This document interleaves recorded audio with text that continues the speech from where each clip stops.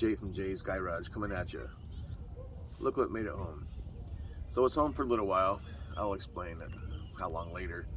But I'm going to try and finish up my talking so we can get right to the video. So some of the pictures are kind of like, yeah, because I didn't take them and they were texted to me, so I had to resize them, and it just doesn't really work out that well. Anyway, so I took it to a friend's shop, and so what we did, we lowered the floor, and then to do that, you had to remove that tank. That's, you know, the saddle tank, I guess you call them. Then we got a whole nother tank from a Blazer. They're a Blazer Suburban tank. Put it clear in the back, so we had to fabricate something back there for that tank. It's not a new tank, it's just a really good used one. I think in the future I might just get a brand new one so it looks nice and shiny, but whatever, this one works. Anyway, and also we put bigger tubs in there in the back. I think I'm forgetting some. Oh yeah, and the rockers were shot, were kind of bad, so we replaced the rockers. Not a whole lot of video of that. And then the floor pan we replaced.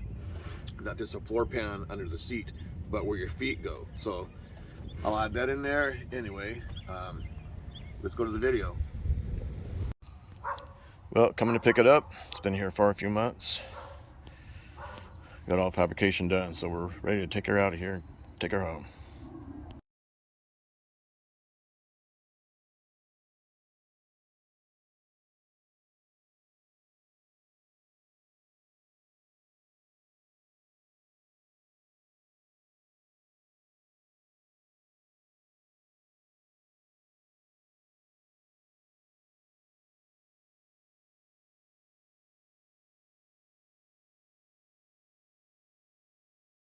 This is what the floor looked like to begin with, right here. Here's the process of taking the floor out and putting sheet metal in there and welding it up.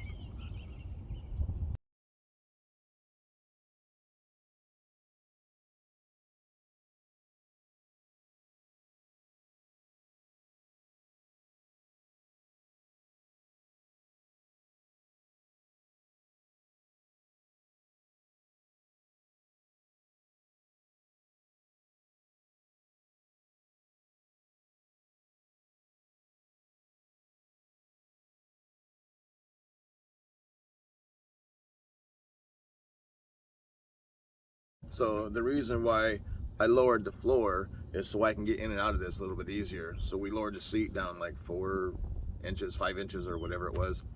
And when you do that, you got to move the tanks. You can't use the side tanks anymore. So I put in a tank in the rear from it was a Suburban or a Blazer, I don't remember which, a 31-gallon tank.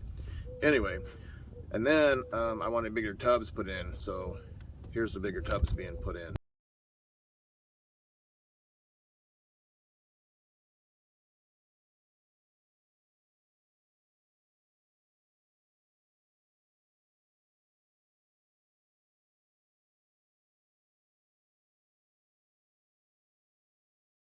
And so 2 other things I had him do. So the tail panel here was held on by rivets, and then under here there was a rod on each side here and over there, barely hanging on. In fact, one of them broke off. So he put a piece of metal in there, and whoops, there we go. Put a piece of metal in there, put bolts through there, and then put the tail panel on there because it was just hanging when I took it down there. So now it's solid. And there's one other thing I'll show you here in a second that he did too.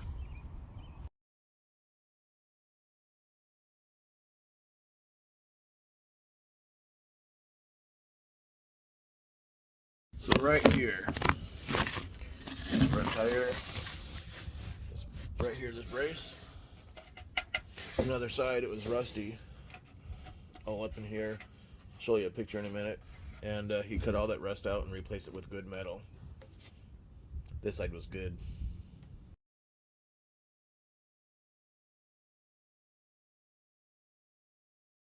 So what I got to do now, so that fuel, it's not a door, it's not a fuel door, it's just the opening where the cap goes. I'm going to have that cut out and a piece of sheet metal put there so it's all smooth. And then right back here somewhere, I'm going to have the one of those put right here and have it well welded in nice, you know, no scab work. And then we'll have to, I'll be able to put the gas in back here. And as always, thanks for watching Jay's Garage, brought to you by Black Dog Productions. Here's Olive. Should people subscribe? Okay. Yep. Oh yeah. All right, good.